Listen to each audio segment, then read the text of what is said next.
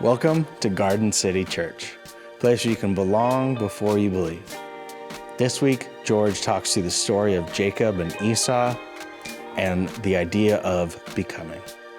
If you'd like to partner with us here at the channel, there's 3 ways you can do that. You can like and subscribe, you can share this video with a friend, or you can partner with us financially. You can do that through our website or by mailing us a check. We love you guys so much. Let's get into the Word with George. I remember a funeral I did. I was asked to facilitate. I didn't know the family very well. I knew them through kind of a side acquaintance.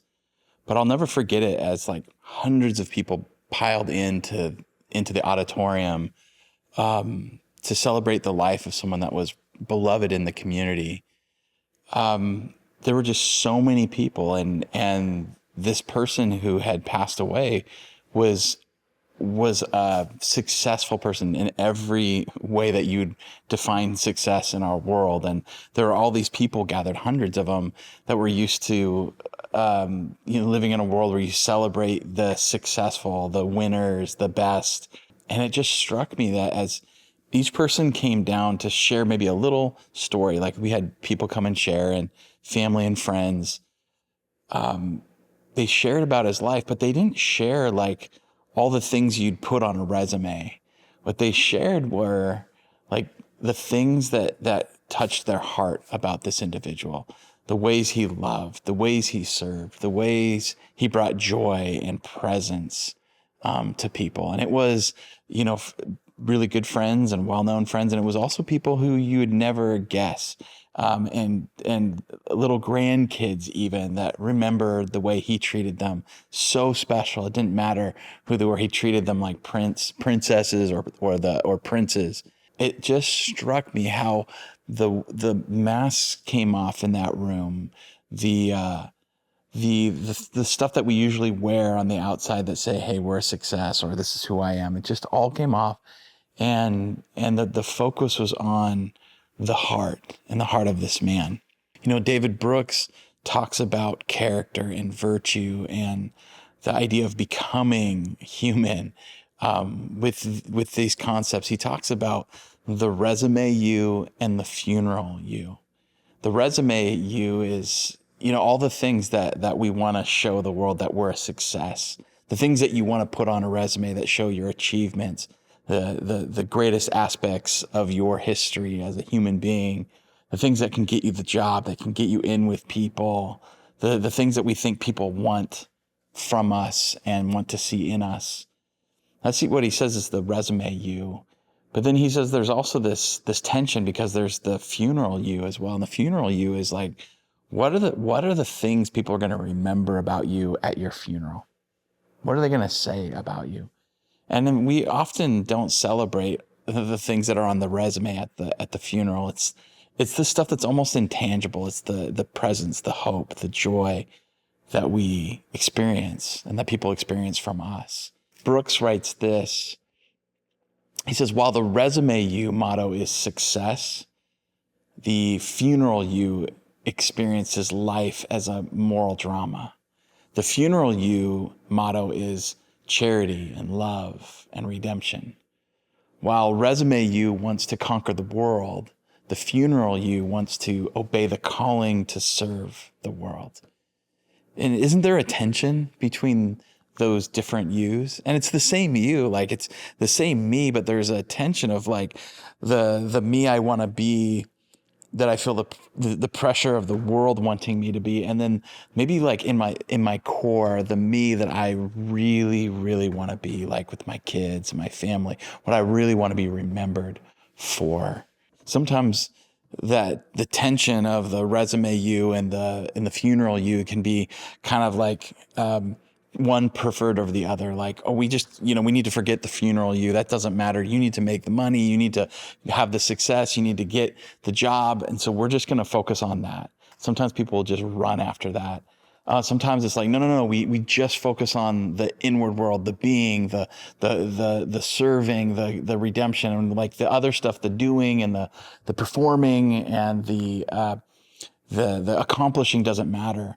But I tend to think that it's it's important to integrate both, because whether we like it or not, there's going to be an outer world. There's going to be an aspect of our lives that other people see, and that like we need a resume. We need to show up to the meeting. We need to get the job sometimes. And we want to achieve and we want to do good things. But I think it's most important when we balance that with the funeral you, the resume you and the funeral you, the being and the doing. There's a place of integration when we can integrate those things, when they can have this idea of integrity, of being connected. That's when we can be most healthy. And I love this quote by Bob Goff. He says, "We are all rough drafts of the people we're still becoming." And I love that because it carries with it that sense of tension, that sense of integration, that like I can look at my past and who I am, but I can also look at my forward and my future that I'm moving toward. And I'm a rough draft. I'm not perfect. I'm not getting there, but like I'm still becoming, I'm working on it. I think that's a really hopeful quote. Now, what I'd like to do is take a look at that journey of learning to like how to be whole and integrated between the outer you, the resume you, and then the funeral you, the inward you, the you that we really want to be for our families and our interior world. And this story starts in the book of Genesis, and we're going to have to jump to a few chapters so that we can kind of have time to cover this. But it's a fantastic story. It's an incredible story. It's sad. It's broken. It's beautiful. It's something that makes us reflect. And so this story is about a man named Jacob. You may be familiar with a bit of his story. This is about Jacob and Esau, and we're going to be looking at it through the eyes of Jacob. Picking up in this story in chapter 27, to set it up, we've got this young man who he's been born into a family where he's a twin, and he was the younger twin, which is a big deal in this culture in this time. That meant that his brother Esau, which they said was red and hairy when he was born, and Jacob had no hair. His brother was a beast, and he was the oldest, and so it meant that his brother got the greater portion, the greater inheritance, the blessing of the family, this blessing that is spiritual and about prosperity. And Jacob got less than him, and so Jacob was always like kind of scheming, how do I get what I deserve? How do I get the acceptance, the blessing from dad? And in this part of the story, we pick up where he's got this scheme to get the blessing and take his brother's blessing. It says this, so Jacob took the food to his father. His father's name is Isaac. He said, "My father," he said. "Yes, my son," Isaac answered. "Who are you, Esau or Jacob?" The reason he asked that is because he couldn't see well. He's pretty much blind at that time. And Jacob comes in and he doesn't know who it is. And he says, "Who are you?" That question, identify yourself, like, who are you? And Jacob replied, "It's Esau, your firstborn son. I've done as you told me. Here's the wild game. Now sit up and eat so you can give me your blessing." You see, Jacob and his mom had come up with this scheme where he put on a goat skin so that his arms would be hairy like his brothers. He dressed up in a way that would deceive his dad. And he made this meal that his dad was expecting Esau to make. And he made it, and he came in acting like his brother. But Isaac senses something's a little amiss. In verse 20, he says, "How did you find it so quickly? How did you hunt the game down? How did you make this all happen so quickly, my son?" And Jacob replied, "The Lord your God put it in my path." Then Isaac said to Jacob, "Well, come closer. Can I touch you and make sure that you really are Esau?" So Jacob went over closer to his father, and Isaac touched him.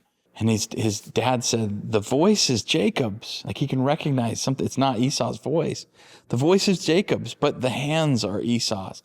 Like Esau was so hairy that like wearing goat fur made him believe that it was Esau. Like that's a hairy dude, just saying.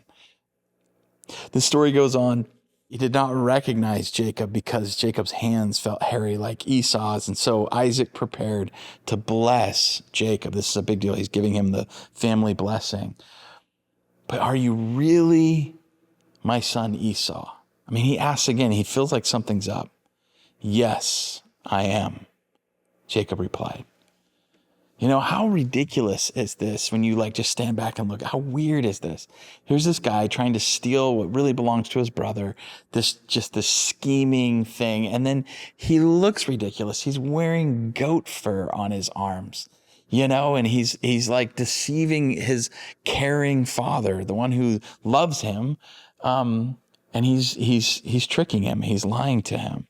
Jacob's doing so much to build the resume that he wants, to get the blessing he wants. I think this story, at the beginning of this story, begs the question, what are we willing to pretend to be? What lengths do we go to pretend to be something we're not, to get what we want, to build, the resume me that I want to be? And Jacob, he lies, he cheats, he manipulates, he breaks trust. He exchanges good character for bad, and he takes from his father and he takes from his brother. After this happens, we're going to fast forward in the story. Esau, of course, is not happy. He gets so angry that he says that he's going to kill his brother. I mean, he just wants to kill him. He's going to wait till his dad, dies, but he's going to get even with Jacob for stealing his blessing. And then after hearing about this, Jacob flees, and so he leaves his family. And all his scheming, all his effort to get this blessing pushes him away from the people he loves. Have you ever wanted something so bad that you were willing to cut corners, or maybe go take a path that isn't you to get there, to pretend to be something that you're not, to build up this resume you to get the thing, the life, the dollars, the success that you wanted? And have you ever gone after it so hard that it actually pushes you away from the people you wanted to be close with in the first place? This story just has so much tragedy to it. So we pick up in this story to this point where years have gone by. Jacob has lived away from his family. He actually has gained a family of his own. His brother has a family of his own. This is years later. And there's this moment where all of a sudden his servants tell him, your brother Esau is here. There's no way of escaping him. And so Jacob freaks out. He's like, what am I going to do? The last I heard, he's going to kill me. So he comes up with some schemes, and he says, I'm going to send all my prosperity, all of my animals, all of my wealth ahead of me, and my family ahead of me. And I'm going to try to appease him in some way, shape, or form. And as he's doing this, he decides to have a night on his own, on the other side of the river from his brother, who he's afraid to meet. It's going to be a major showdown. And we pick up in the story here in Genesis 32. After he sent his family across the stream, he sent over all of his possessions. So Jacob was left alone, it said. Now Jacob sends everything he's fought and lied for, everything he's built, his whole resume ahead of him, expecting that he might lose it all. And then it says the strangest thing. I just think this is so strange and so funny and so weird. But this is the story. After it says that Jacob was left alone, it says a man wrestled with him till daybreak. How bizarre is that? Now, when the man saw that he could not overpower Jacob, he touched the socket of Jacob's hip so that his hip was wrenched out of socket as he wrestled with the man. So he overpowered him physically really easily. What does it mean by saying he realized he couldn't overpower him, when he easily does by wrenching his socket, his hip out of socket? And so for me, I know there's probably a few different ways of interpreting that, but to me, it means that he could overpower him really easily, but he couldn't overpower Jacob's will without killing him. The man said, let me go, for it's daybreak. But Jacob replied, now listen to this, I will not let you go unless you bless me. He wants a different blessing this time. Not his mother's blessing, not his father's blessing, not stealing his brother's blessing. He wants God's blessing. He so desperately wants to become a different person than he's been. He's at the end of his rope. And he's basically like, you're going to have to kill me or bless me, because I'm not going to stop. In this moment, I can't help but know that what you fight for reveals what you want, what you really want. And what you want reveals who you're becoming and who you're going to become. And I don't know about you, but sometimes when I look at my life, the things I get like real riled up about and I'm struggling and wrestling and fighting for are like, when I put it in context of who I really want to become and what like life is really about, sometimes I find myself fighting and struggling toward things that are petty and small and lesser. What are you fighting for? Are you fighting for things that are like the big things that matter, like who you're becoming, how to love better, how to like carry others with the strength that you have, how to be present to the people that God puts in your path, like how to look more like the love of Jesus than the anger and hatred and the forces of darkness in our world? Or the forces that say, this is what success is. It's dominating people. It's getting your way. It's, winning all the time at other people's expense. Like those paths. Are we fighting for that stuff? Is that what we really want? Because what we fight for reveals what we want, and what we want reveals what we're going to become. Let's continue with this story. Verse 27, the man asked him, what is your name? Now this is the punch. This is like to me, the emotional punch of this story. What is your name? Like he's asking, who are you? When was Jacob last asked that? Back when he was young, before he had done all this stuff, back when he was with his father, with goat skin tied to his arms, deceiving an old man who loved him, stealing from his brother. His father asked him, who are you? And in this moment, this stranger, that there's something mysterious and powerful and divine, something's going on in this story. This person asks him, who are you? It's almost as if he's asking, are you Jacob the liar? Are you Esau? Like, who are you? Are you Jacob, my son? And I think this is a moment of clarity, a moment of honesty.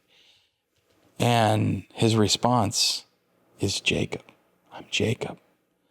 And the name Jacob means deceiver. And like he for the first time is owning who he has been, who he really is. He's being honest in this mysterious divine moment, this wrestling moment.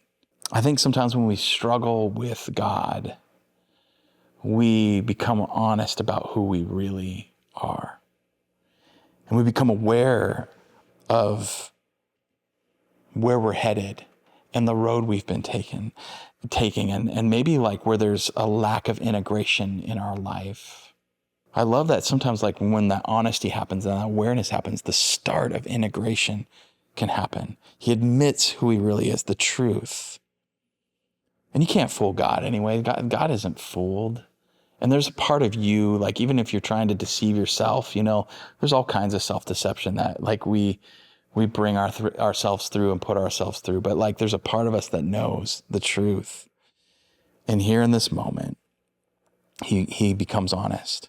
It reminds me of like a moment where a friend of mine invited me to Alcoholics Anonymous group just to see his community and to see what like the ones he loved and was journeying through life with. And the opening of the group was so simple, so profound. But someone started and said, hey, my name is so-and-so, and I'm an alcoholic. And here's the path that I've been on. Here's the struggle. Here's the grace. Here's the wrestling I've been going through. And it's just a beautiful thing. And Jacob is going through that. He's being honest about who he is, the struggle in his life. Now, continuing with this story in verse 28, the man said, your name will no longer be Jacob, but Israel, because you have struggled with God and with humans and have overcome. Now that's packed sentence there, but you've struggled with God and struggled with humans. Like that's been his life. It's just struggle, fight. And then he has this last, he just has it out with this person. It's going to be revealed in a little bit, a little more clearly in the story, the character of this person that he's wrestling. But he's been struggling over and over with his life. And the word Israel means to struggle with God. To struggle with God. And then it says he's overcome. Like, how is he overcome? Jacob, if you look at it, he's lost his family. He's lost his integrity. He's lost his brother's love and trust, his father's trust. He's lost this wrestling match, like his hip is out of joint. How has he overcome anything? How has he won? He's about to lose his life. Like this wrestling match is not like even, but Jacob wins finally by losing, by letting go. The moment of integration is the moment of release, of letting go. Not trying to be in control, not trying to deceive, not trying to self-deceive, to be honest and truthful with who he is and what he struggles with. I just love that. His pride has been taken away. And losing equaled integration for him. Losing became overcoming. He found himself. Jacob said, "Please tell me your name," to this mysterious person he's been wrestling. The man replied, "Why do you ask my name? Like, you know who I am." And then he blessed him there. And this was a legitimate blessing. He didn't have to lie his way into this blessing. He was able to acknowledge his worst self, show his whole being to God, and receive God's love and blessing. It was something he had to receive. He couldn't earn it. He couldn't deserve it. He just had to receive it. I love that. And so Jacob called the place Peniel, where he had wrestled. He called it Peniel, saying, "It is because I saw God face to face, and yet my life was spared." God's presence, God's truth, God's transformation was in that moment, in that place with him. Wow. You know, when our souls encounter the divine, there's something that happens, like the possibility for integration, the possibility for transformation, for change, for having a new start or a new vision of becoming the person we've always wanted to be. And Jacob is the picture of this.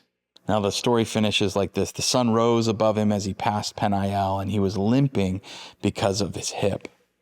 You know, when we encounter God and he breaks our pride, we often walk with a limp.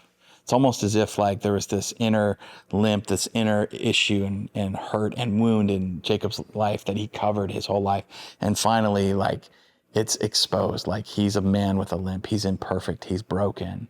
And he walked with a limp the rest of his life, but he walked with God's blessing. And something I've discovered is walking with a limp with God is you can go way farther, and it's way better than walking without a limp by yourself.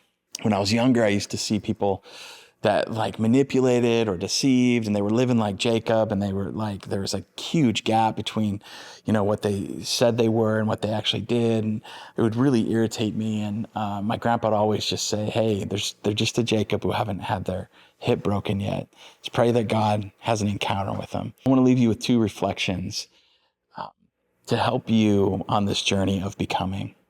And here's the first reflection.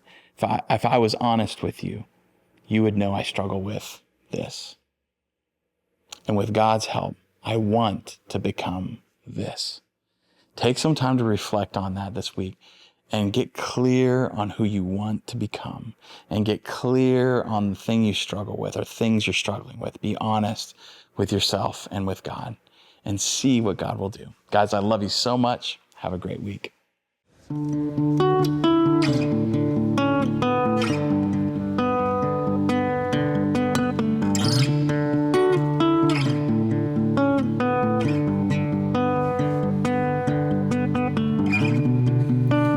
You're the resurrection that we've waited for. You buried the night. morning.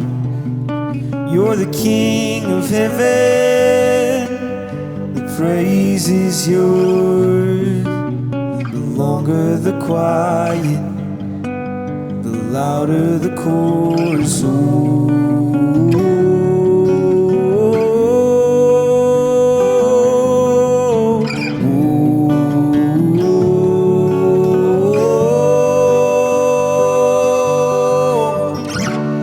We will sing a new song, 'cause dead is dead and gone with the winter.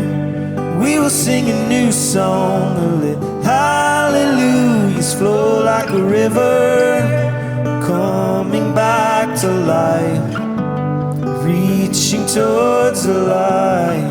Your love is like springtime.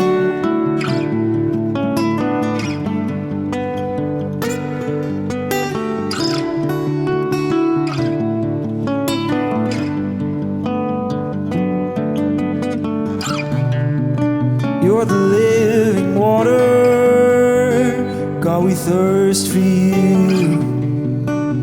The dry and the barren, the flower and bloom.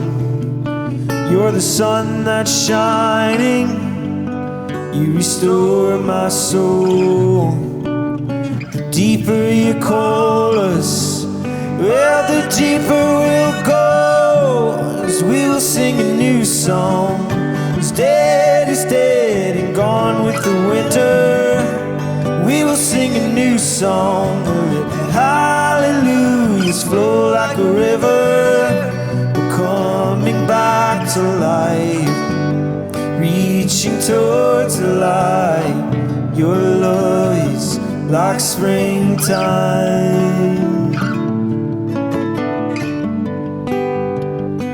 like springtime.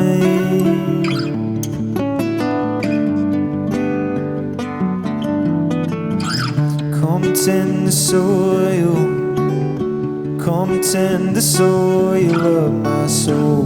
And like a garden, and like a garden I will grow.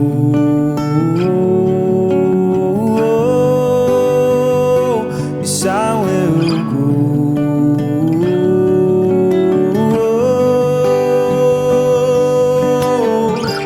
Come tend the soil, come tend the soil of my soul.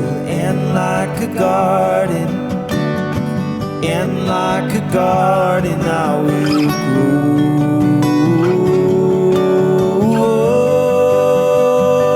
Yes, I will grow.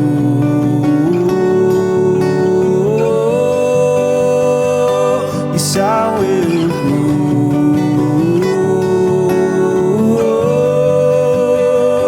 Yes, I will grow.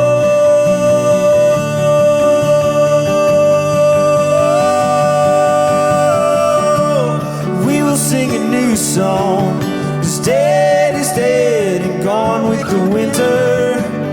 We will sing a new song, and let hallelujahs flow like a river.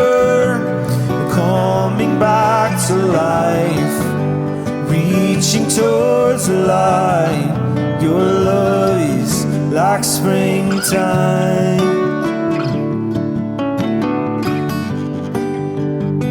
like springtime,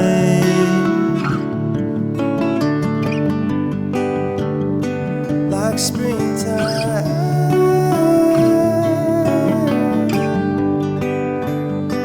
like springtime.